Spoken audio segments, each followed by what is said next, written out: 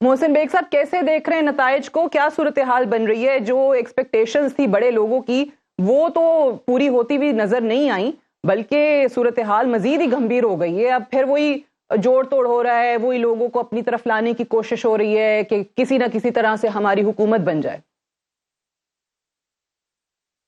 बहुत शुक्रिया Sadia. Basically elections के रिजल्ट कभी भी ऐसे फेवरेबल नहीं होते, हमेशा सरप्राइज ही मिलता है। इस इलेक्शन में ओवरऑल इलेक्शन तो बड़े स्मूथ थे। लोगों ने बड़े फ्रीली अपना वोट कास्ट किया। उसके रिजल्ट जो तवक्को की जा रही थी मुख्तलिफ लोगों को कि जी हम इतनी सीट्स लेंगे, नेचुरली वो सूरत हाल तो नहीं है। लोगों ने जिस तरीके से पीटीआई बैक्ड आज़ाद लोगों को वोट डाला है, वो मेरे ख्याल में तवक्को नहीं थी बहुत से लोगों को। तो नेचुरली अभी उन्होंने एक तो स्पीच मियां साहब ने कल कर दी। मैं समझता हूं कि वो बिफोर टाइम उन्होंने की है या उसकी फिलहाल जरूरत नहीं थी। अब अगर ये सारे लोग मिलके आपस में एक अलायंस करके गवर्नमेंट बनाते हैं, मैं समझता हूँ अभी भी टाइम है।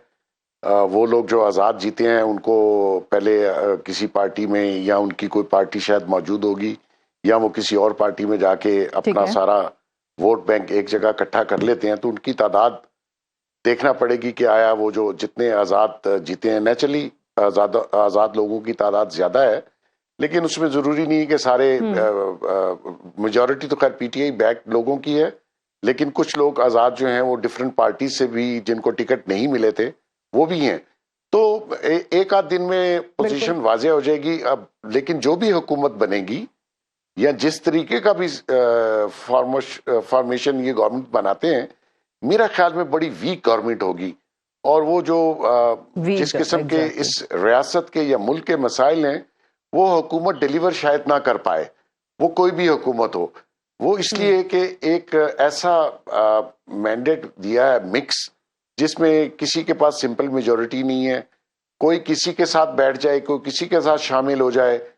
तो ऐसी हुकूमतें ज्यादा देर चलती ही नहीं है, और अगर चल भी जाए तो डिलीवर करने की ये तजुर्बे हो चुके हैं। जो मसाइल हैं। बेग साहब, आप कुछ कहना चाह रहे थे, फरमाइएगा, फिर मैं अतर काज़मी साहब की तरफ जाती हूँ। बहुत शुक्रिया। मैं एक्चुअली राणा साहब की गुफ्तगू सुन रहा था, हबीब साहब की सुन रहा था।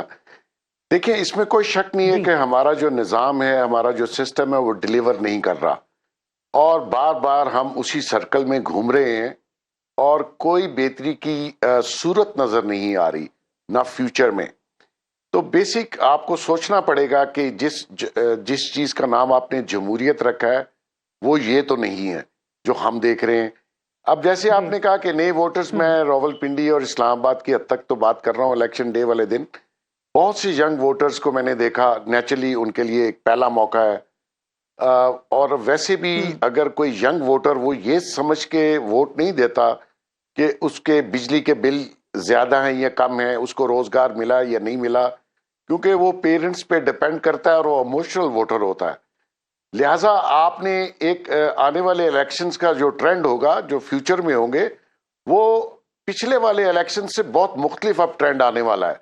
अब वो रवायती सियासत, रवायती इलेक्शन 47 और जितने भी आप जो फॉर्म है वो चेंज करना चाहें, ये सिस्टम आपको बदलना पड़ेगा।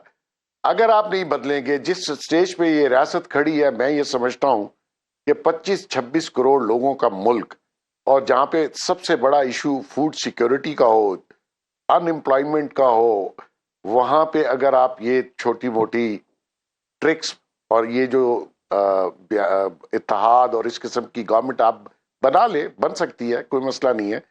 क्योंकि ये हमने हिस्ट्री में देखा है कि ऐसे मुख्तलिफ ख्याल वाले लोग एक जगह कैसे इकट्ठे होते हैं। नेचुरली कोई बिहाइंड द सीन हाथ ऐसा होता है कि सबको एक जगह लाके बिठा देता है। लेकिन ये सारे एक्सपेरिमेंट नाकाम हो चुके हैं। आपको आज सोच लीजिए, बहुत बेहतर है, आने वाले दिनों में सोचिएगा। इसको आपको बदलना पड़ेगा, कोई ना कोई सोल्यूशन आपको निकालना है। ये आइन जिसको बहुत मुकद्दम समझा जा रहा है और कहा जाता है, ये डिलीवर नहीं कर रहा, क्योंकि इस पे अमल कोई नहीं करता। और जो पार्टीज आपने मंशूर देखे, इनके क्या मंशूर है, जबरदस्त, लेकिन कोई ऐसी पॉलिटिकल पार्टी नहीं है एक भी जो अपने मंशूर पे खड़ी रही। क्योंकि जैसे ही वो हुकूमत में आते हैं तो पीछे से एक और मंशूर आ जाता है जिसका किसी को पता नहीं होता, और वो सारी पॉलिटिकल पार्टी जो भी हुकूमत में आती है वो फिर उस मंशूर पे चलती है। तो जब तक ये इंडिपेंडेंट होके मुल्क और कौम और जिन वोटरों ने इनको सपोर्टरों ने वोट दिया है, अगर ये उनका नहीं सोच रहे और ये उसी चीज पे है कि जी मिल मिला के जोड़ तोड़ करके हुकूमत बना ले, तो बना लीजिए, देखते हैं इसकी डिलीवरेंस क्या है। हाँ, आपके चंद लोगों के मफाद हुकूमत में जरूर होते हैं और वो हमेशा होते हैं। एक शख्स ने आके जिसकी पार्टी बैक पार्टी को सबसे ज्यादा वोट मिले, उसने भी बहुत बातें की, हर बात से फिर गया। और ये जो कहते हैं सिस्टम बदलना, ये मैंने, राणा साहब ने, ये सादिया आपने नहीं बदलना, इन लोगों ने बदलना है जो पार्लियामेंट में जाते हैं।